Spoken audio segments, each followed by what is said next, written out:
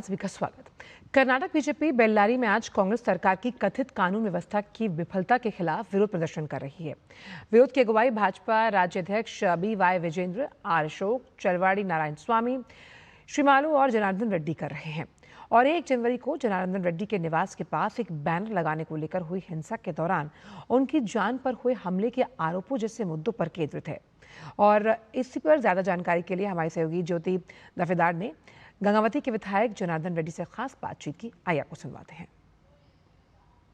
Banner की हंगामा को लेकर, ये सब विचारों को लेकर बीजेपी विधायक और नायक बेल्लारी में प्रोटेस्ट कर रहे हैं। इसी विचार को लेकर बात करने के लिए हमारे साथ गंगावती के विधायक जनार्दन रेड्डी है। आइए उनसे बात करते। तो my first question is to you that you are conducting protest against Congress government regarding various issue and specially the Bellary banner incident. Whatever the incident happened, whole Karnataka, whole country, everybody they have seen.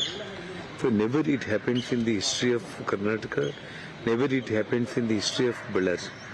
So this kind of incident, a private gunman coming and firing, killing a order means a karyakarta, their own karyakarta had been killed in this firing. So this is all. So never it happens in the history of Karnataka only, not just even in Bellary also. So we demand the arrest of Nara Bharat Reddy. Even after 15 days also, today government they have arrested only 3 private gunmen. So the 3 private gunmen belongs to whom? They belongs to Mr. Nara Bharat Reddy only. So why they have not arrested Nara Bharat Reddy? And this has to be transferred to the CBI. Police inquiry we do. और इसी बड़े मुद्दे पर बात करने के लिए ज्योति इस वक्त हमारे साथ बेंगलुरु से मौजूद हैं। ज्योति, जिस तरह से बेल्लारी में जो हिंसा हुई है उसको लेकर अब आज भाजपा एक बड़ा विरोध प्रदर्शन कर रही है, किस तरह की तैयारी है इस विरोध प्रदर्शन को लेकर? बल्लारी में यहाँ पे जो कानून सुव्यवस्था विचार को लेकर यहाँ पे सब कुछ हो चुका है। कर्नाटक राज्य सरकार राज्य की कानून सुव्यवस्था को हैंडल करने में सब फेल्यूर हुआ है। इसलिए इसी मुद्दे को लेकर बीजेपी के सभी लीडर्स, अभी मैं बेल्लारी में हूँ, ग्राउंड रिपोर्ट कर रही हूँ, जो मेरे पीछे है वहां पे प्रोटेस्ट भी चल रहा है। तो बहुत लोग यहाँ पे जमा हुआ है।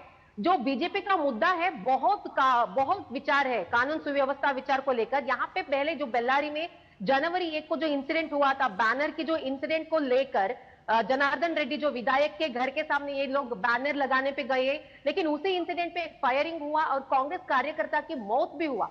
तो इसी सिलसिले को लेकर बीजेपी के जो लीडर्स है, जनार्दन रेड्डी हो, श्रीरामुलु हो और विजयेंद्र हो, सब लोगों का यही कहना है कि ये प्री प्लान है, पूर्व नियोजित षड्यंत्र है। जनार्दन रेड्डी को मरवाने के लिए, उनको मारने के लिए ये लोग यही पे प्लान किए थे।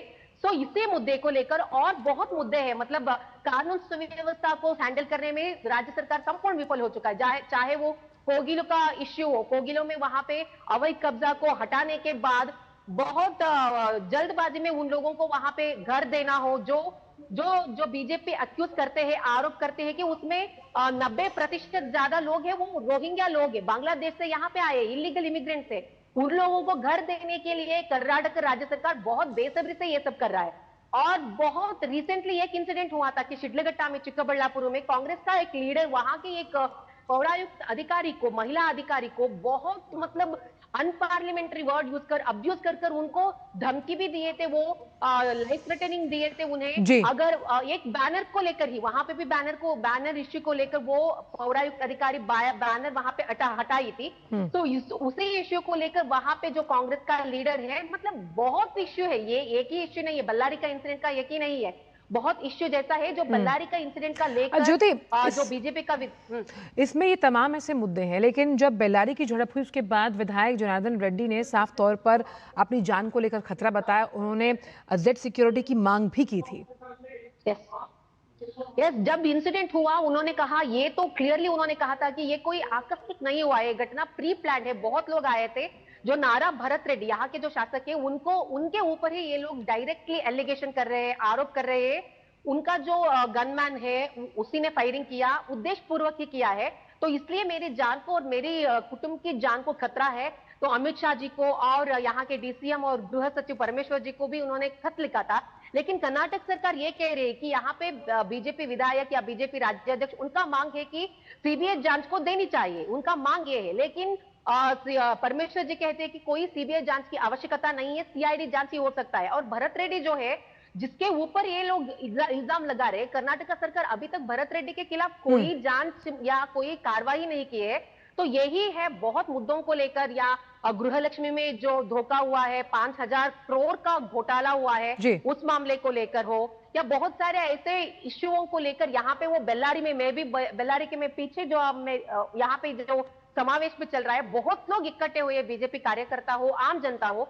सो आम जनता के लिए हम यहाँ पे उनके लिए वॉइस रेज करेंगे। ये लोग ऐसे बिल्कुल, कह रहे और तो आम यहाँ लोगों पे के उनका बारे में और बिल्कुल, और जो सांसद तेजस्वी सूर्य हैं उन्होंने भी कहा था कि बेल्लारी में जो भी हुआ वो दुर्भाग्यपूर्ण है। बहुत बहुत शुक्रिया ज्योति, आगे भी आपसे इस पूरे मामले पर लगातार अपडेट्स लेते रहेंगे।